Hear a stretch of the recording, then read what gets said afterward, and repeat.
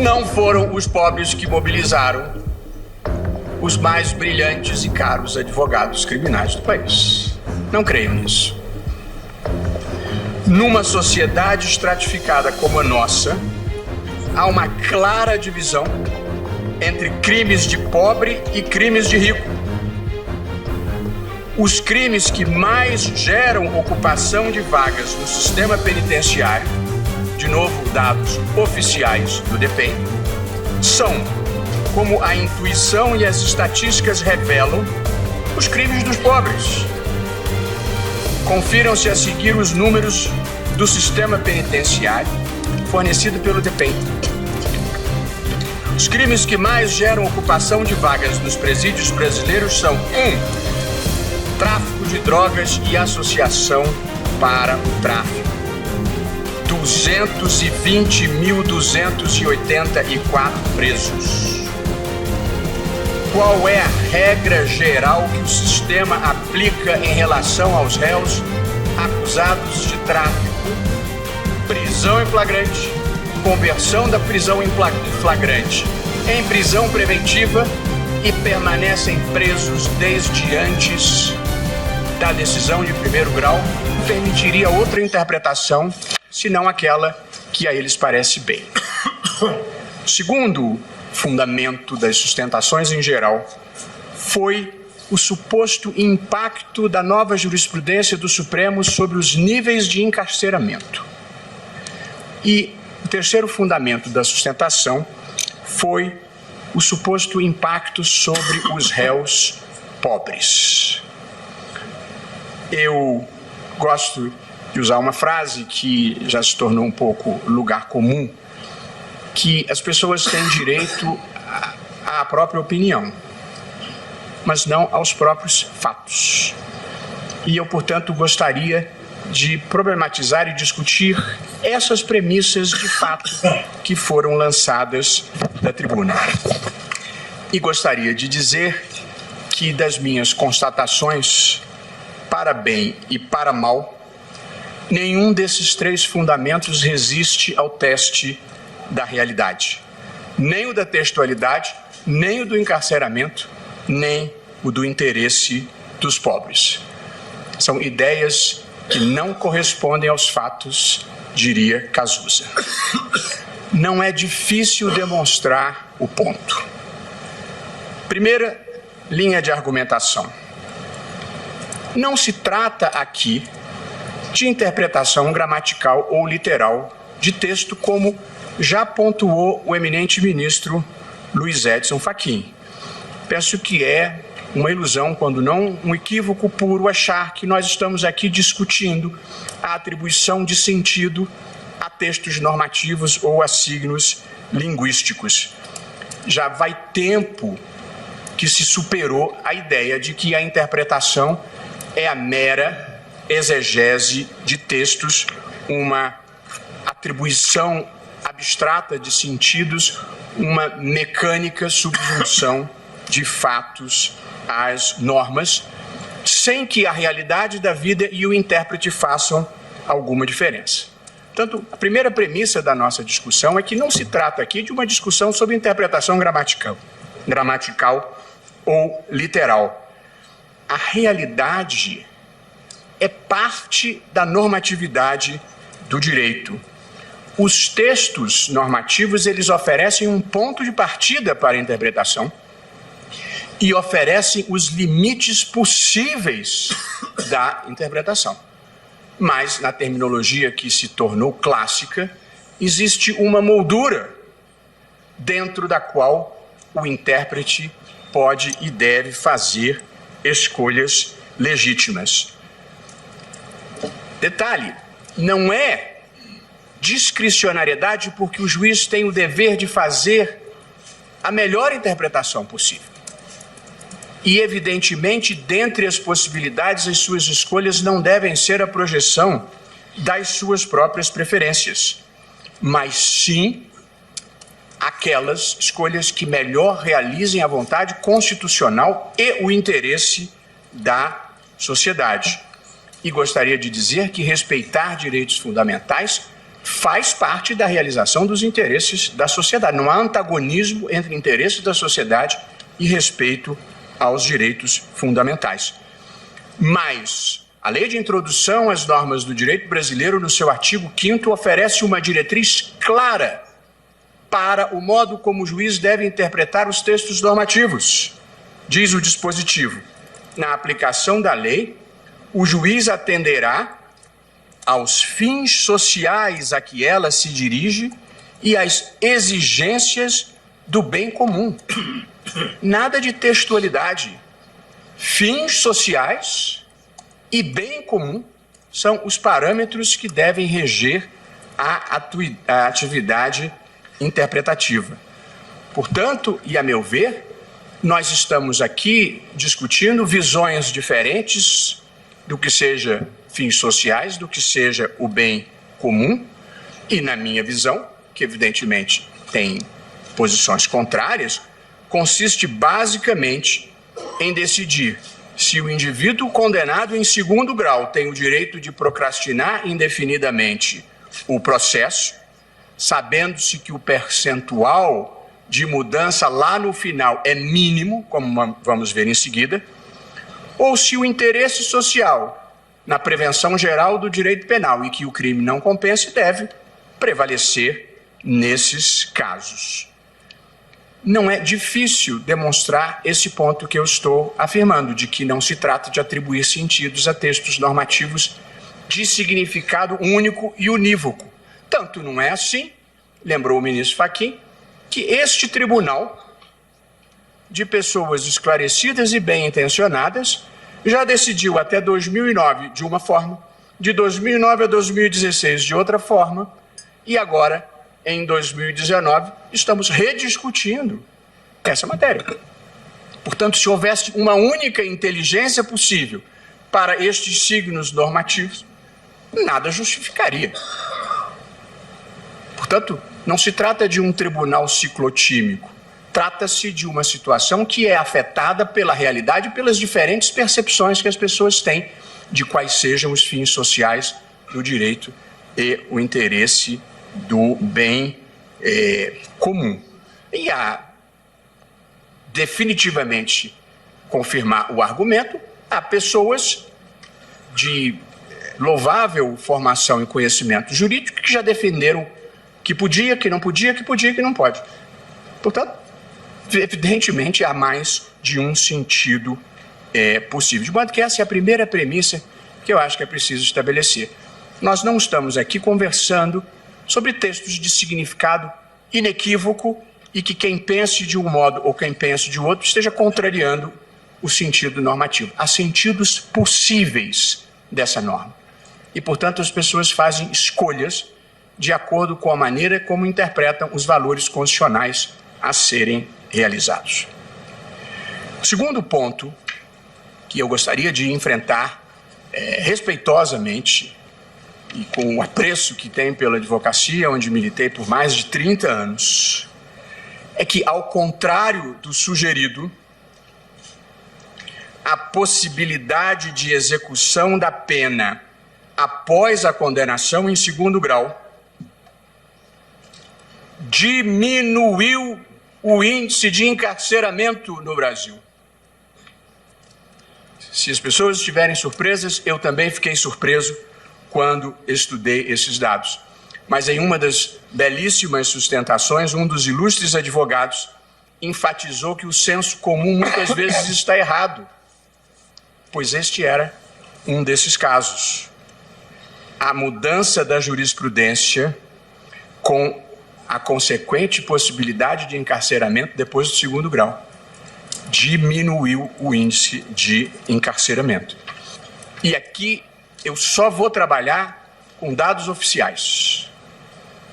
No Brasil existe essa estatística, metade das pessoas que saem com guarda-chuva esquecem na rua, assim. Cada um saca do bolso a sua estatística.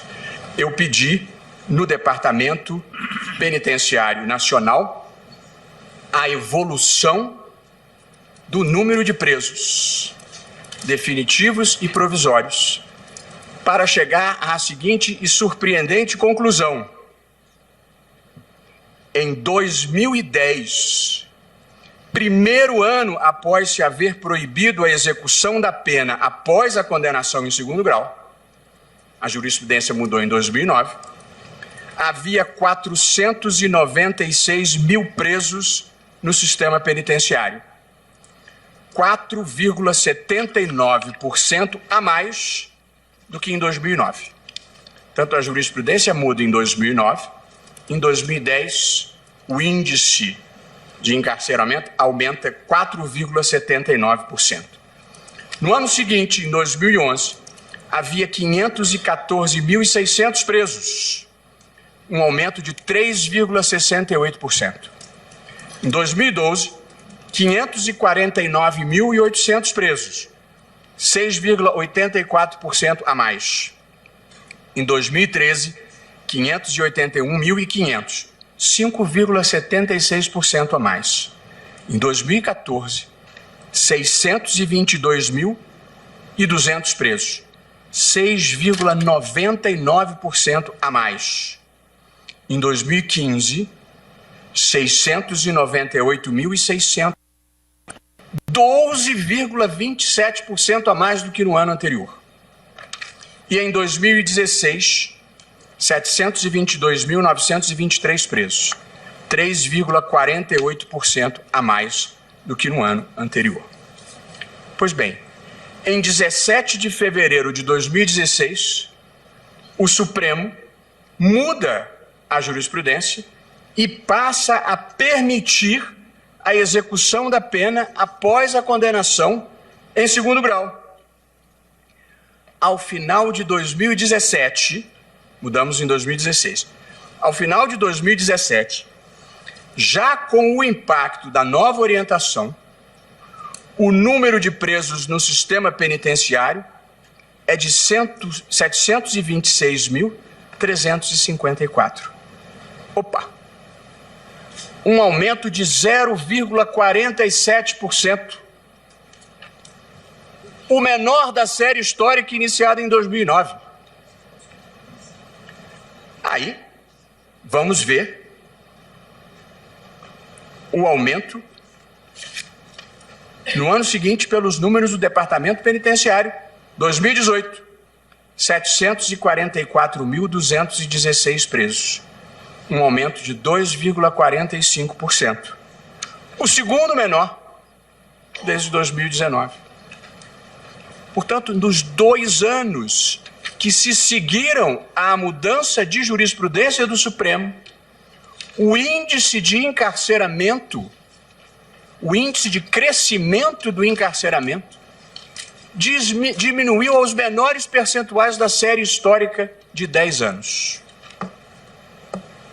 Note-se bem, entre 2009 e 2016, período em que vigorou a proibição da execução após o segundo grau, a média de aumento anual de encarceramento foi de 6,25%. E após 2016, quando volta a possibilidade de execução após o segundo grau, a média foi de 1,46%, menos de 1/3. Esses são dados objetivos, oficiais, fornecidos pelo Departamento Penitenciário. Vale dizer, a mudança da jurisprudência diminuiu o índice de encarceramento de maneira expressiva. Eu não gostaria de tirar conclusões apressadas desse fato, até porque é uma série histórica ainda reduzida. Mas é preciso considerar algumas possibilidades para esta redução. Uma delas, os tribunais, diante da inexorabilidade do cumprimento imediato da pena, passaram a ser mais parcimoniosos na decretação de prisão. Acho que esse é um argumento ou um fator que deve ser considerado. E, portanto, a mudança da jurisprudência não prejudicou os réus, favoreceu os réus. Uma segunda possibilidade, diante da inevitabilidade do cumprimento da pena, o efeito dissuasório do direito penal funcionou de maneira mais eficiente. Sejam estas causas ou não, porque, como disse, não se devem extrair conclusões apressadas, a verdade é que os índices de encarceramento diminuíram após a mudança de entendimento do Supremo Tribunal Federal, que permitiu a execução após o esgotamento das instâncias ordinárias. Fatos, números, estatísticas oficiais. Outro dado valioso que, com todas as vênias, também infirma parte das premissas da pretensão dos autores. O percentual médio das prisões provisórias entre 2010 e 2016 foi de 35,6%. Eu tenho os dados e vou liberar o quadro do DEPEN logo em seguida ao meu voto, e eu reproduzo o quadro no meu voto. Então, digo eu, entre 2010 e 2016, o percentual médio de prisões provisórias era 35,6%. Em 2017 e 2018, o percentual médio caiu para 32,45%. Vale dizer, o percentual de prisões provisórias, depois da mudança de jurisprudência do Supremo, caiu 10%. Uma especulação possível é que o juiz, quando não pode dar execução da decisão após o segundo grau, ele antecipa a prisão provisória.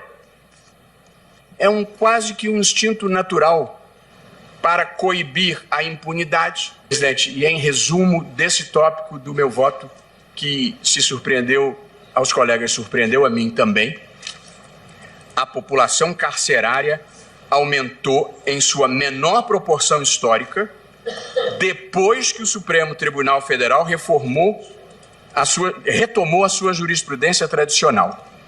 Além disso, o percentual de presos provisórios diminuiu. Isso demonstra que a nova orientação não agravou o problema do hiperencarceramento. E pode indicar ainda que, os tribunais de apelação, cientes da maior gravidade de sua decisão, que levará o acusado imediatamente à cadeia, passou a ser mais cauteloso. E os juízes de primeira instância, cientes da maior efetividade da justiça criminal, passaram a decretar menos prisões provisórias. E possivelmente houve um efeito de prevenção geral diante da probabilidade do cumprimento da pena. E por fim, presidente, pedindo todas as vênias igualmente a quem pense de forma diferente. Não foram os pobres que sofreram o impacto da possibilidade de execução da pena após a condenação em segundo grau. Não foram os pobres que mobilizaram os mais brilhantes e caros advogados criminais do país. Não creiam nisso. Numa sociedade estratificada como a nossa, há uma clara divisão entre crimes de pobre e crimes de rico. Os crimes que mais geram ocupação de vagas no sistema penitenciário, de novo dados oficiais do DEPEN, são, como a intuição e as estatísticas revelam, os crimes dos pobres. Confiram-se a seguir os números do sistema penitenciário fornecido pelo DEPEN. Os crimes que mais geram ocupação de vagas nos presídios brasileiros são: tráfico de drogas e associação para o tráfico. 220.284 presos. Qual é a regra geral que o sistema aplica em relação aos réus acusados de tráfico? Prisão em flagrante, conversão da prisão em flagrante em prisão preventiva e permanecem presos desde antes da decisão de primeiro grau